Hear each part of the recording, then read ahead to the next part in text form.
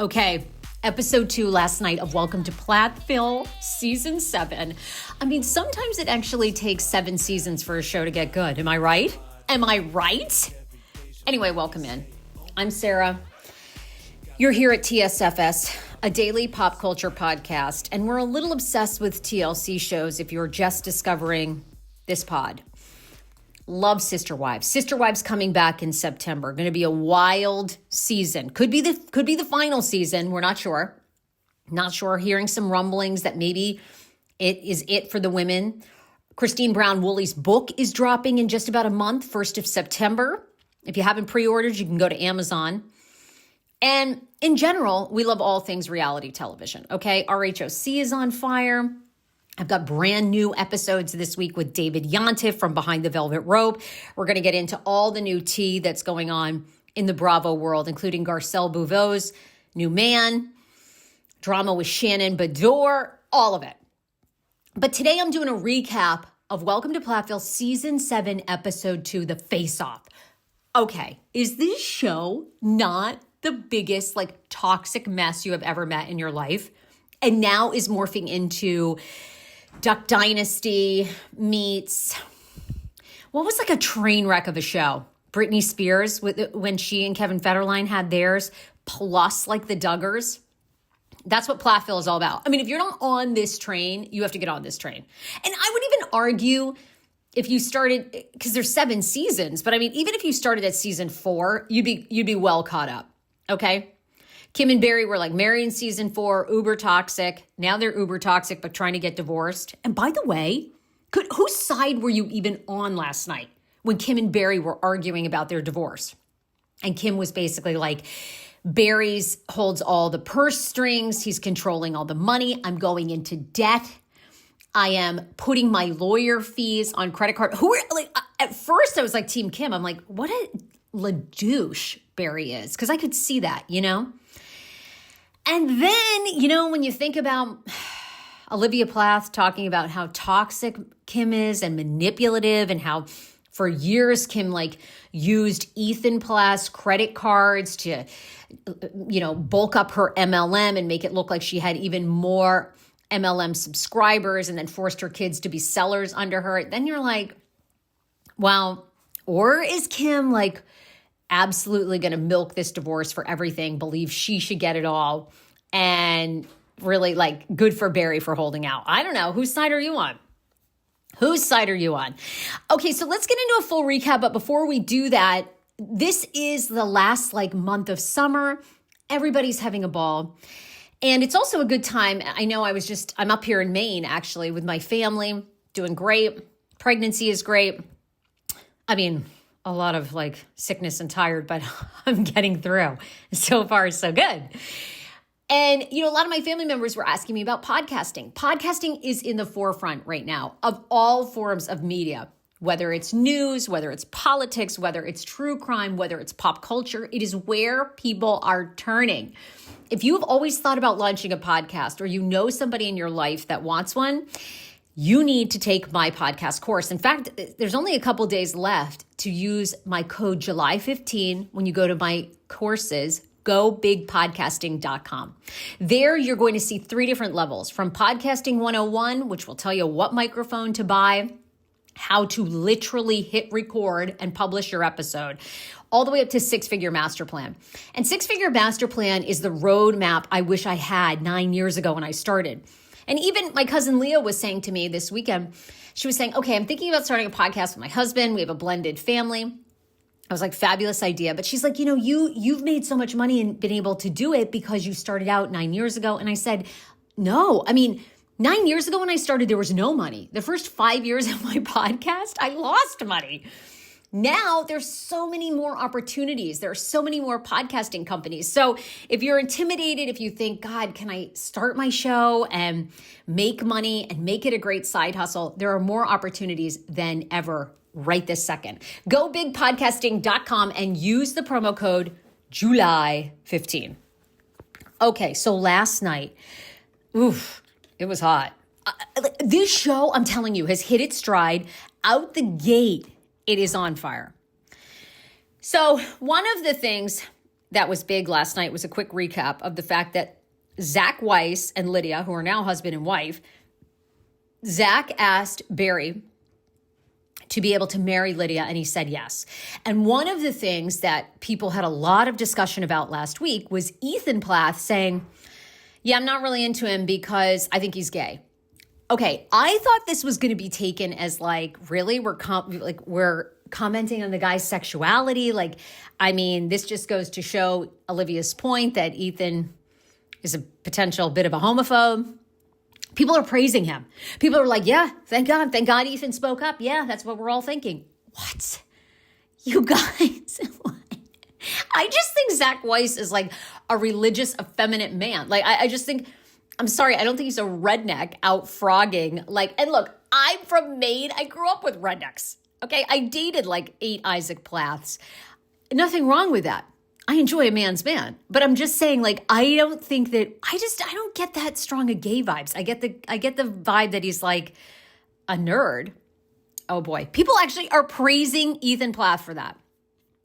So we do a quick recap last night, and we open with Ethan and Mariah having coffee together, reconnecting after years of being hot and cold. Now, we also know, I think from last night, that Mariah has this pattern of kind of latching on to her brother's girlfriends, whether it's Olivia Plath, now it's Veronica, love bombing them, becoming super close to them, and then something happens where our girl Mariah is conflict avoidant and everything like blows up in her face, right? So she was basically, she leaned on Veronica with her ex, Matt, to break up with him, to get away from a toxic relationship, then went back and essentially allowed Barry and other people to kind of trash Veronica and say, yeah, Veronica's the problem.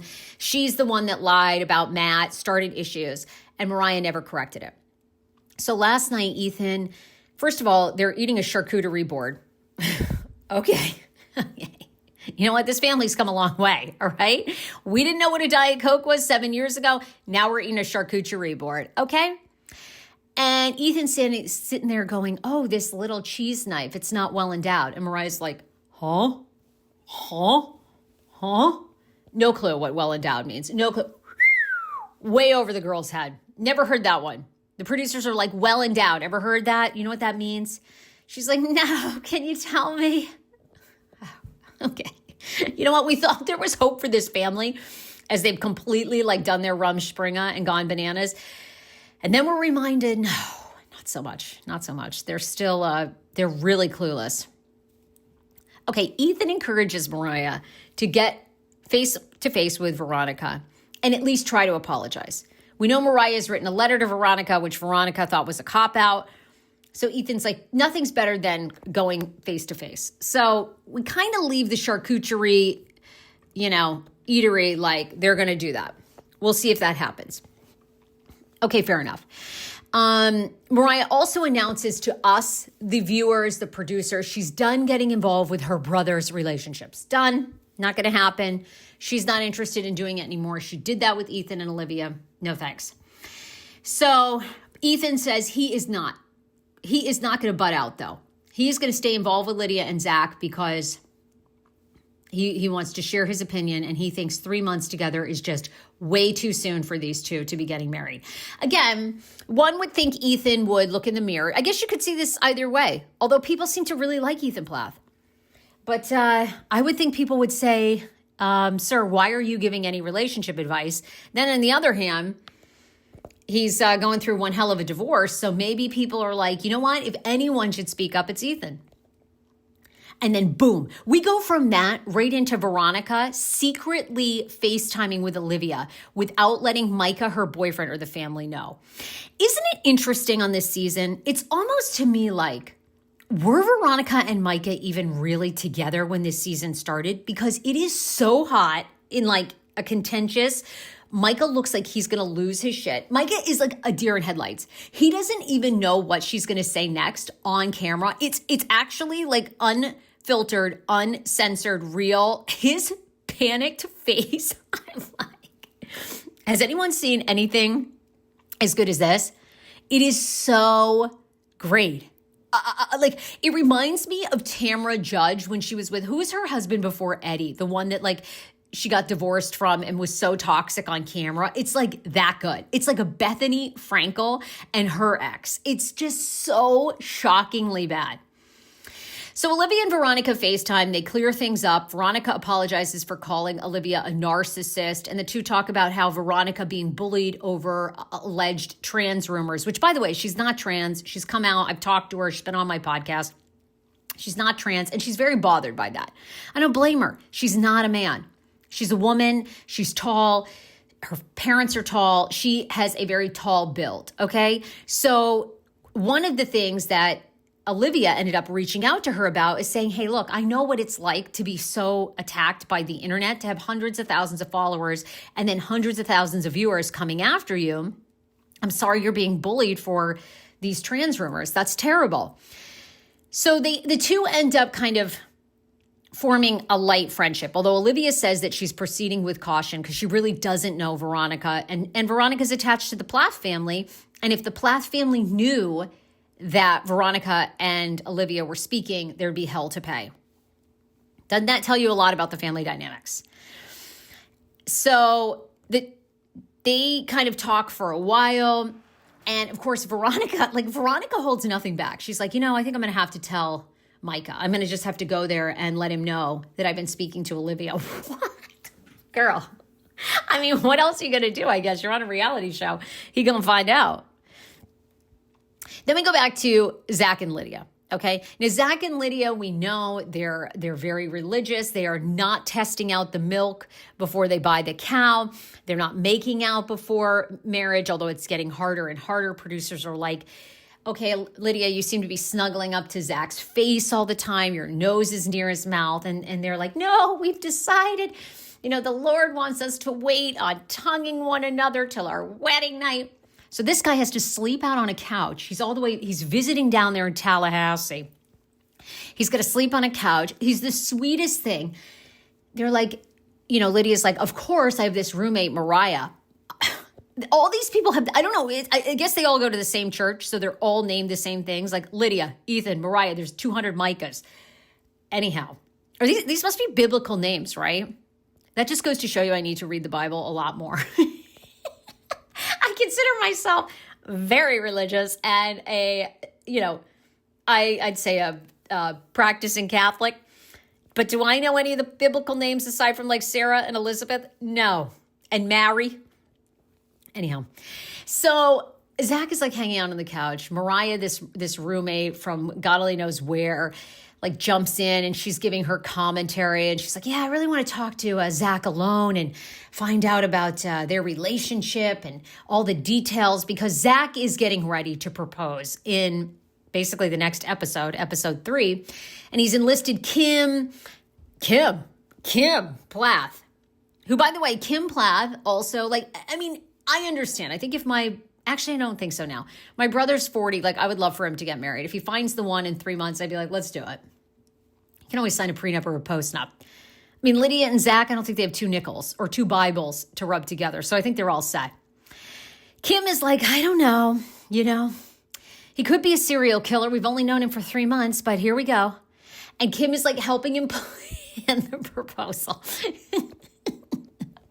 Wouldn't it have been wild if he turned out to have been a serial killer, planned the engagement, killed the entire Plath family at the engagement? Okay, sorry. I have a sick mind. Anyhow, he didn't do that. So, we meet the roommate. The roommate is chiming in. And then, you guys, in one of the most epic, what the hell is happening right now moments, the roommate talks about what a great guy Zach is and how she's very excited for Zach and Lydia. And then at the end, they all start singing Amazing Grace, the 3 of them. They break into song. Can you imagine? You guys, I needed roommates back in the day that were singing Amazing Grace instead of my former roommate, Hillary, whose Chihuahua Ty was pooping all over the sofa and the drapes. I think she would leave it alone to go visit her boyfriend, lock it in her room with a couple of cans of open food. There'd be cockroaches everywhere. I'd be coming home, wasted off my mind, so hungover, leaving the stove on. I mean, I needed roommates who were singing Amazing Grace. That would have been better. Okay. Then we go, I mean, like, again, every single scene is like, it's jaw dropping. It's like, what the hell is happening? This is crazy. The toxicity is off the charts. Okay, the second, I mean, this is like basically the last like 20 minutes of the show. So jam-packed with drama. It's unbelievable. Okay, so first of all, the other thing that happens is Lydia and Zach decide they're going to spend more time with Ethan and Isaac and get to know Lydia's brothers more. Okay, if that scene wasn't close to the movie Deliverance, I don't know what was. All right? Poor Zach goes to this, I guess they've gone out and shot a few turkeys. They've skinned them. They're having like a turkey roast. The girlfriends are all there in their Carhartt, and they're just sitting around like, all right, you know, like let's live a hot night in Georgia. They are so nasty to Zach. They're basically joking about Zach, like, oh yeah, this guy, Ethan is like, Ethan seems like a bit of a bully. Am I the only one here that's like Team Olivia? They seem very much like they're bullying Zach. Now, could you say like there's always, whenever you come into a family, there's like a bit of an initiation. That's kind of how it goes, right? There's some ribbing. Like, let's see if this person can come into the fold. But Zach is really taken aback, right? You can tell he's very uncomfortable there at the dinner table. And he asks Ethan and Isaac what they're laughing and joking about. And what they're laughing and joking about is the fact that Zach is talking about planning their wedding, all of this, and they're not even engaged yet.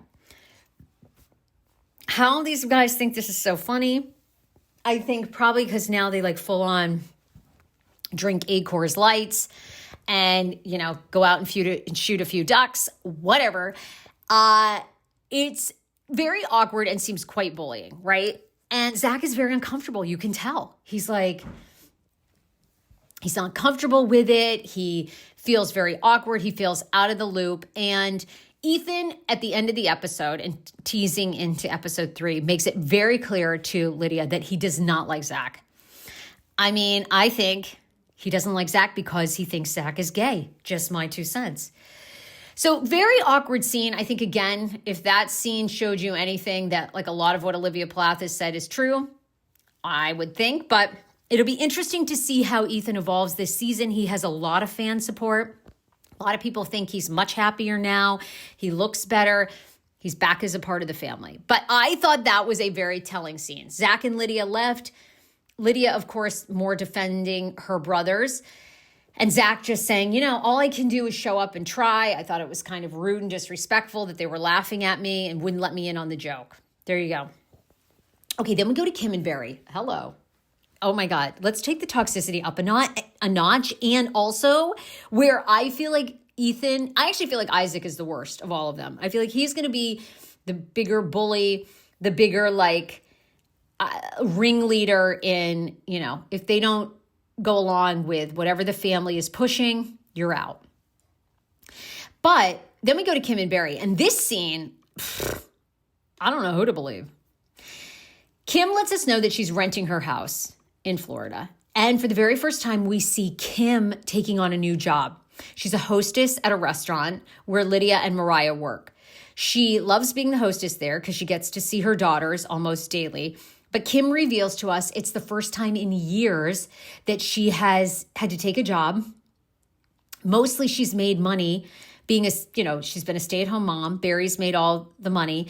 And she has these Airbnb rentals because famously you can rent the Airbnb farm where the whole Plath show started. And now they're Cairo, Georgia, the kind of the mini mansion that they show is up for sale for like $660,000.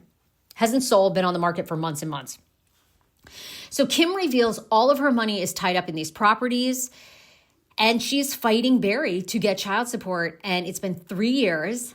Barry will not sign off. His lawyers do not agree with Kim on what the settlement should be. Therefore, no bueno, no deal.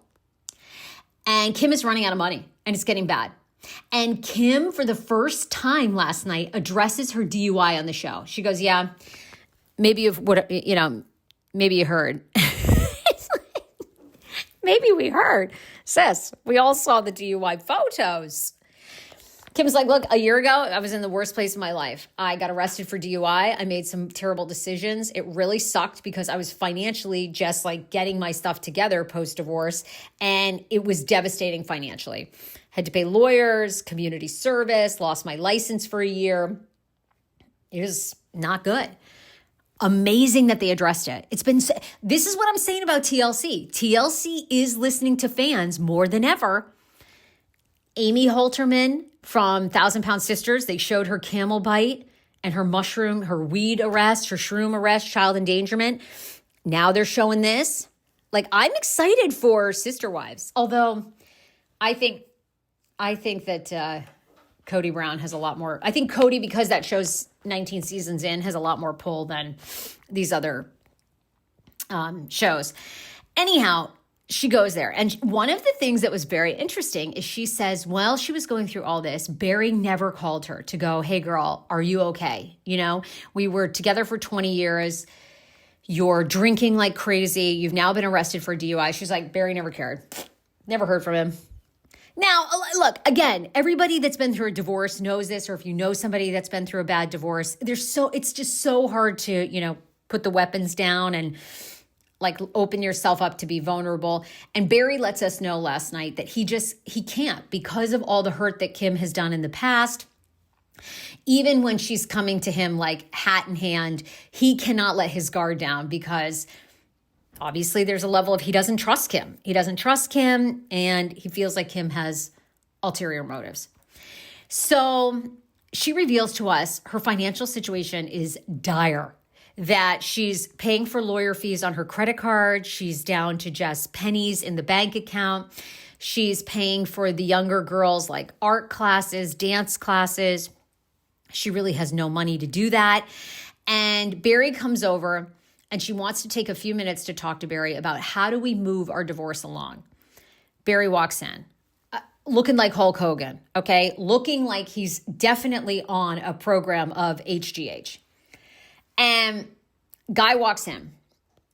She sits him down and she's like, my financial situation is really bad because I'm waiting on you. Like, I want to get divorced. I want to move forward. Our lawyers won't call us back. So Barry at first walks to the driveway and basically says he's not going to do this on camera anymore. He's done filming.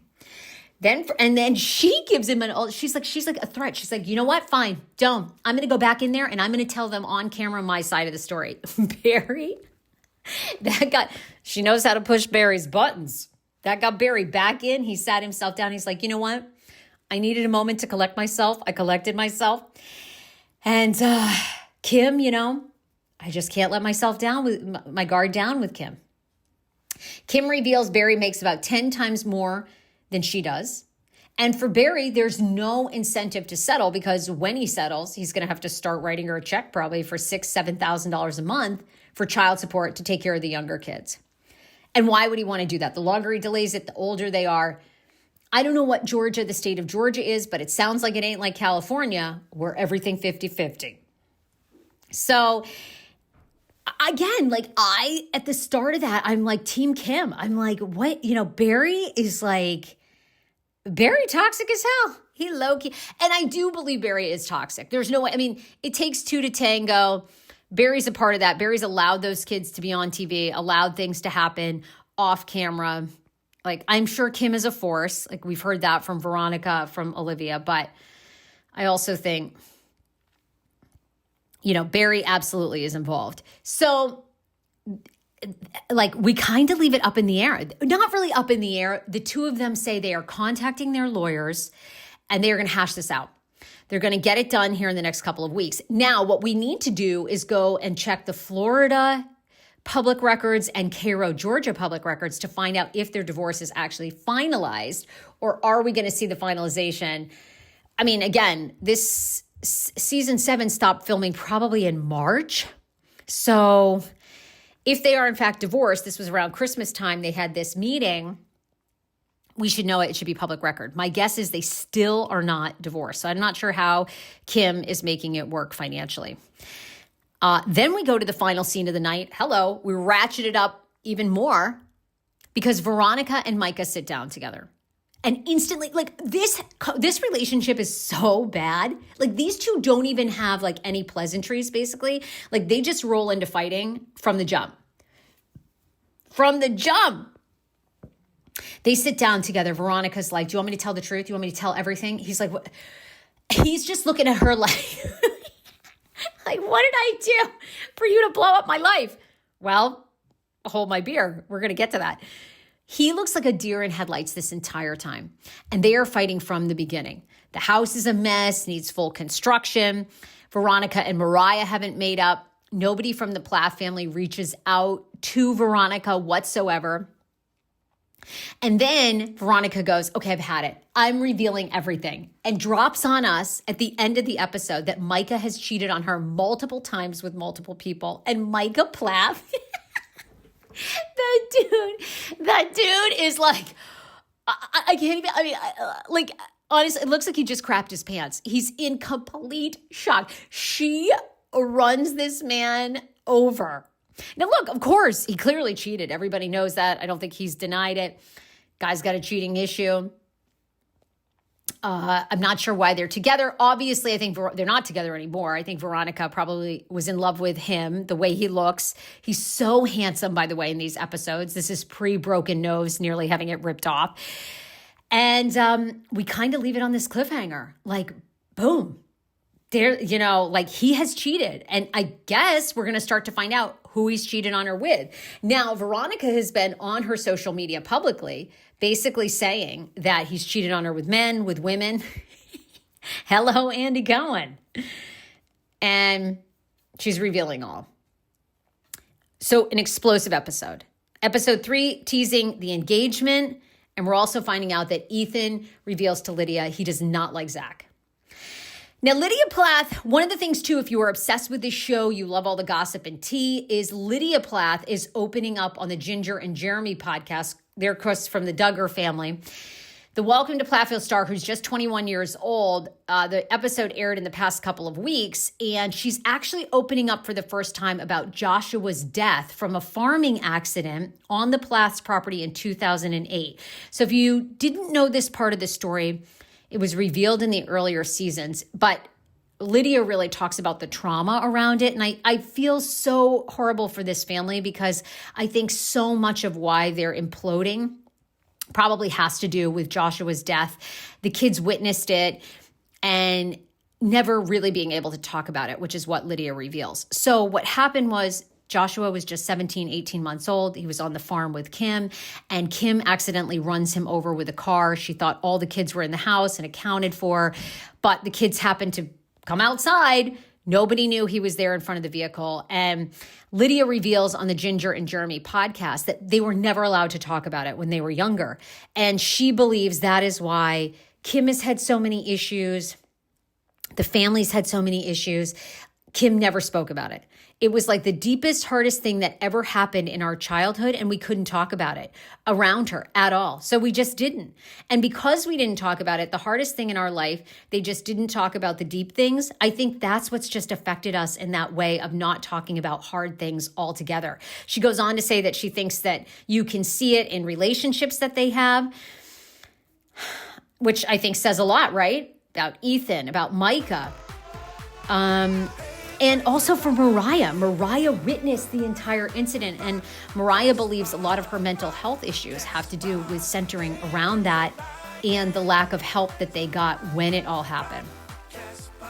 So, I mean, we all like to come for this family, but I feel like there's just so much deep tragedy there too. Like so many of us suffer in our families that they never dealt with. And then here it is manifesting in so many toxic ways. So the Plaths are doing a lot of interviews. I think we're going to see a lot more come out with Veronica, with Mariah this season. But okay, what a season banger. We're off to a great start. Unbelievable. As I mentioned, David Yontif Behind the Velvet Rope will be here this week. I'm in Maine. Lots of pop culture podcasts and episodes coming back next week. So be sure to subscribe to TSFS everywhere you get your pods. Bye, everybody.